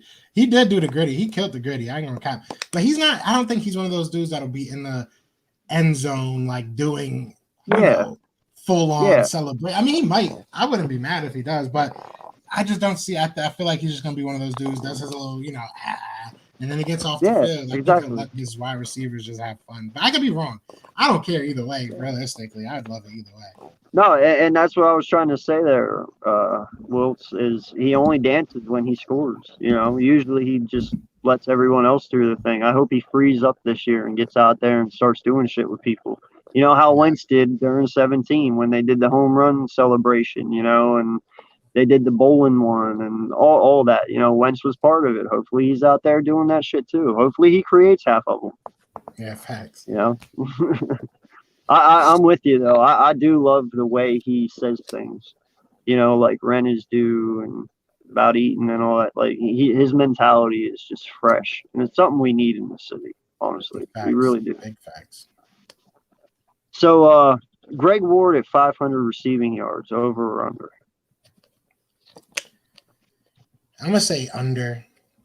I just don't know if he's even gonna be a starter, if he's gonna be on this roster. I just don't know what Greg Ward's going to be this year, so I'm going to have to say under. Yeah, no, that is definitely the hard one because, I don't even have him honestly making this team this year. I have him being dropped and being brought back on the practice squad, and it's only because, like I said, we didn't use a draft pick on him. Yeah. You know, all these other guys in front of him we have, except Fulgham. You know, but Fulgham's proven his worth to me. So, and that brings me to that question: is Fulgham at 800 yards?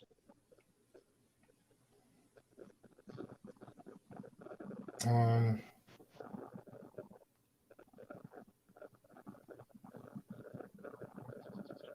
don't know. It's hard because is he going to even be our starter? Like, right.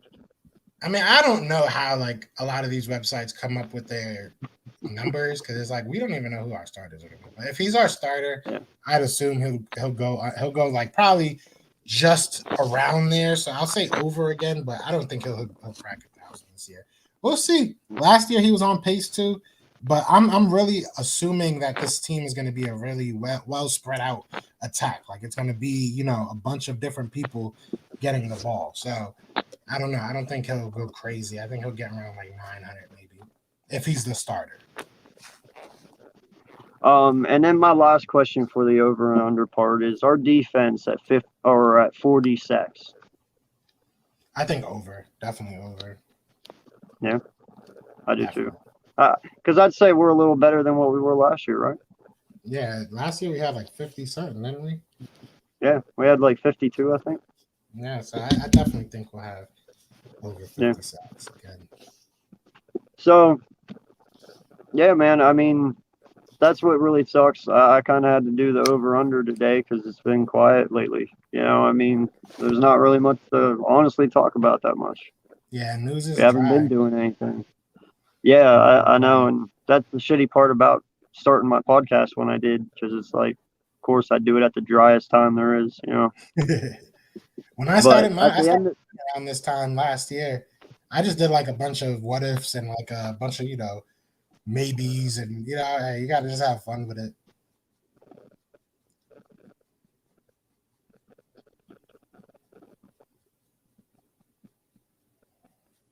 Man, I just want to win. I don't care how it happens. yeah, I would love to have a team atmosphere and a family atmosphere again. But man, if we got yeah, to be the Patriots to win Super Bowls, then let's become the Patriots. I really don't care. I want to win. yeah. In the end, man, like I said the other day, it's all about the W's at this point. You know, I don't even care about seeing losses anymore. I just want to win. You know, Facts. uh, I make the point we catch shit all the time for being the NFC least. You know, people make fun of us. People crack jokes about us because of how bad we are. There's one thing that everybody needs to remember: we are the only division that everyone has won a Super Bowl. So Exactly. I just want everybody to remember that if anybody has the right to suck for a couple of years, it's us. Because at least we did something everyone else didn't fucking do, and that's say win it all. So yeah, Yeah, I we'll get mean, back on it. We'll get back on it. I'm not too worried about it. We don't suck for very long, so no, no, and in fact, dude, over the last 20 years, our division has been very competitive. I yeah. mean, in all honesty, we have. You know, so I'm sorry if we took a year off, guys. My fucking bad. We have a right to suck now and then, do we not? See, and this is another thing. Wes is bringing up another point with the whole media stuff. A lot of people have been talking about Eagles social media in general, bro. That's the thing. We gotta do more. Like I feel like we just kind of are a little bit too old school in that retrospect. I feel we have a young coach, we have young players, young staff. Like we should be having fun, man. Like I don't know, Yeah, like that TikTok junks is just corny. Like I don't know. Eagles need to just hire me. You know what I'm saying? That's what we need to do. We need to just make sure like we on Twitter, sharing my interviews and stuff so we can get Philly to hire me, because the closer I get, the closer I'm bringing everybody. That's the whole goal of my show. Like to bring yeah, people closer to merge like media and fans and community. So yeah. we're gonna make it No, better. and I admire everything that you do, man. You know, like I told you backstage before we started, it's like whenever you hop in a room with Joe Castro, it's like instant stardom. You know, like I was like, oh shit, he's actually here. You know, so it's kind of cool. But you know, you get to do things that only fans imagine that they can do. You know, and that's literally interview our Eagle football players. You know, like I was jealous whenever I first saw you this summer get your first guy on. I was like, asshole. You know, like I was super jelly. So it's awesome what you do, you know, because it doesn't Appreciate it. just make it good for you, but it also brings us closer to our players. You know, we get to see a side of them we don't get to see on Sundays. So, Definitely. you know, it's definitely props to everything that you do. You bring a whole new aspect to the game, and you know, we need to get some of us young guns in there because there's things we can do and there's things we know that these boomers don't. you know. Facts. And I've been talking to RB for a while. For the sake of RB, me and him have become like best friends off of like YouTube, just meeting off each other on here. But me and him have been talking about doing some stuff for the season that is going to be a lot of fun. Like I really feel like this is the time. This is the time as like Eagles media, Eagles fans, community, whatever you want to call it. That we gonna see a big change. It's time. It's time for our younger generation or whatever you want to call us to come take over, man. Because the media is just it's getting dry. I got respect for everybody. You know, I've had a lot of them on, nothing but love. But it's time to bring a different aspect, different perspective. Well, I mean, you gotta look at it in this sense, man. Is as time goes on and the years change, you know, and everybody gets younger and the new generation going up, we look and feel about football differently than what our parents did. Mm-hmm. You know, yeah, they were fans. You know, they bought jerseys and they loved their team and they watched them on football. But dude, we're a whole new breed of fans. Like a lot of us take this shit to heart. Like green runs in my veins. You know, it's funny because last year, so many times I wanted to shut my fucking TV off. Like you have no idea. During all our games, a lot of them, I was like, you know, hell, I'll even admit it. Sometimes in the third quarter, I fell asleep through some of them. It was that fucking boring. I just couldn't stay awake. Okay, but I always was there, and I was always cheering until the end. My dad can't say that. He claims to be an Eagle fan, but yet he roots for Washington too. Like that's something about that generation as well that pisses me off. They claim they're fans of something, but yet they have multiple fucking teams they root for. Like you can't do that. You're either one or you're the other. You can't be a Washington fan and be a fucking Eagle fan.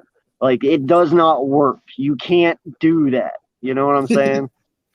And so that's something that I've learned over the years too. And it's like, you know, we're a whole new breed. It's either you're an Eagle fan and you hate everyone else, or you're not. You know, and then you get your fake fans too. It's like, oh, bandwagon fans. You know, that's a big thing these days. And I just don't. I don't get it, and I don't care to get it because it's always about the Eagles with me. It's always the Eagles 24/7, 7 days a week. You know, so that's the way I look at the media wise these days. You know. Oh yeah. That is exactly right. Bleed green, die hard. There's another quote for your board. Yeah, right. By the way, that shit's dope. I like that. Good idea. Yeah, thank you. Yeah, my girl did all this. I ain't gonna lie. I go sit here and cap. My girl gave me all the ideas. I just acted like it was Hey, man. Women in Pinterest, dude, they can come up with some crazy shit. Facts, bro. It's the truth, man. It is the truth.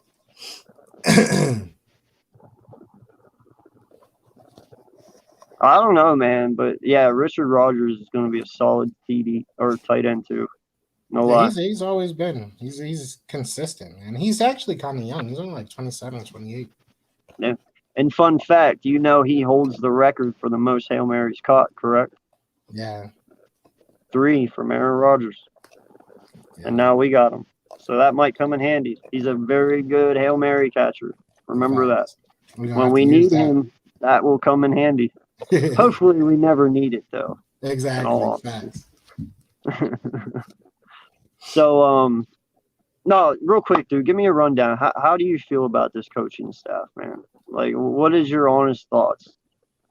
I mean, I'm excited about him. We got to see what happens on the field. I mean, you know, right now they're saying all the right things. They're, you know, have people excited. Every person I've talked to seems like there's energy. Energy is like the constant word that you hear whoever you talk to close to the Eagles, is that there's just a lot of energy in the room. They love it. But we'll see what happens. We'll see what happens with the X's and O's part of the game. You know, that's what really matters. So right now they're doing what they're supposed to do. They're getting their players, you know, ready as far as film goes. They're getting their players to buy into what they're trying to do. So, you know, hopefully they keep on having good days. Because, I mean, that's really what it comes down to when you're trying to win a room of players over. You just got to have continuous good days and be better than you were yesterday. That's the only way that we're going to we're going to stack and become a good team is if you stack good days. So right now, everything is going well.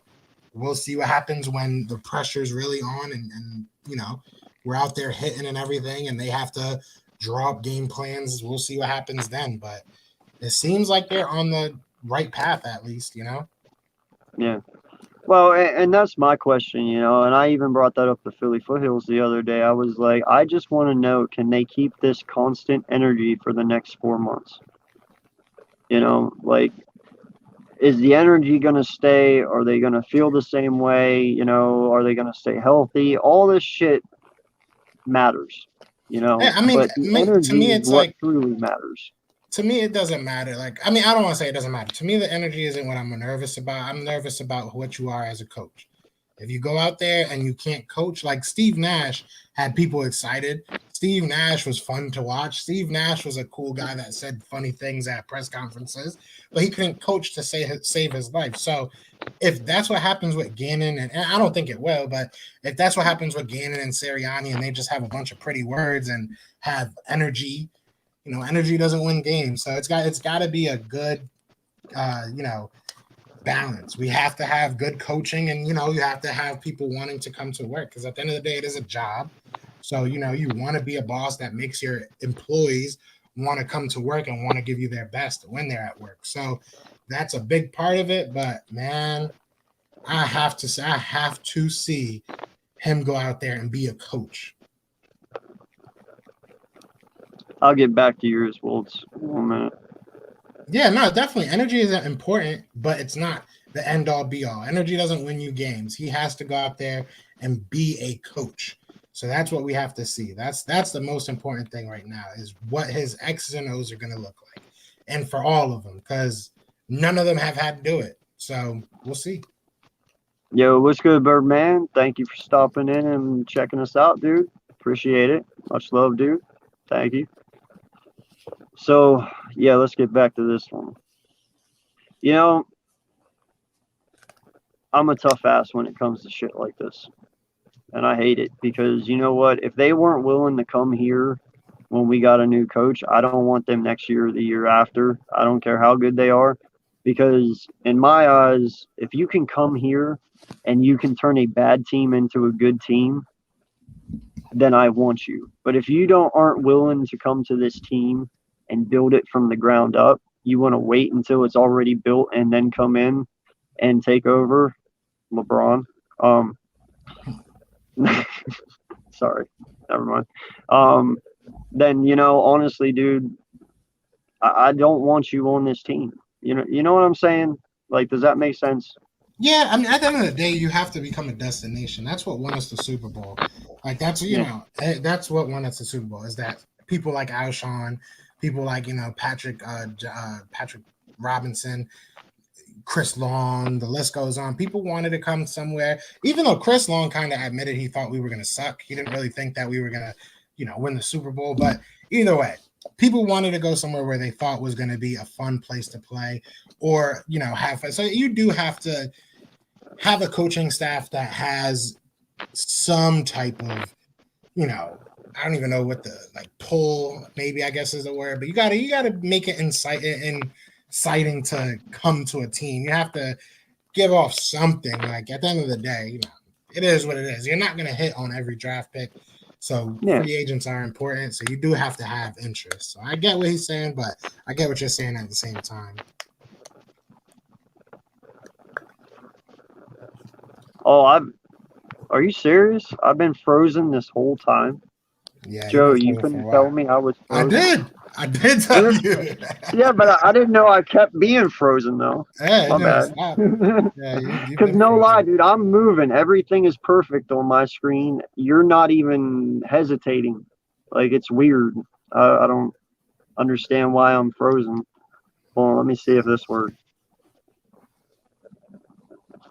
Nope. No. I have no idea, man. Well, I apologize. Dude, I'm telling you, StreamYard does not like me, man.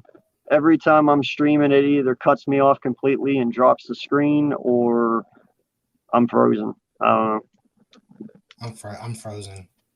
Are you really? No, I'm just kidding. I just was trying to stay still. I was just trying to Oh, stay still. don't do You should that use shit your to phone me. though. Use your phone. Use your phone next time. It'll probably be better I'm because on the my phone. laptop takes up. Oh, never mind then. Yeah, yeah. That's what's weird about all of it. So, um, yeah, man. I forget what we were totally even talking about now. Shit. Um. Well, listen. Anyway, for you guys, it's already been an hour and 50 minutes. I can't believe it. Like that's Yeah, that's ridiculous great. already. Yeah, it feels like we just started. Yeah, definitely like and subscribe to the channel. I'd appreciate it a lot. It helps get my content out there. And at 100 subscribers, I'm giving away a free Jalen Hurts jersey. So yeah, definitely hit that like and subscribe button, and I appreciate it. You know. But Joe, I think I'm gonna call it here, man. I don't really have much else to talk about. And, let's see. I was meaning things like Devontae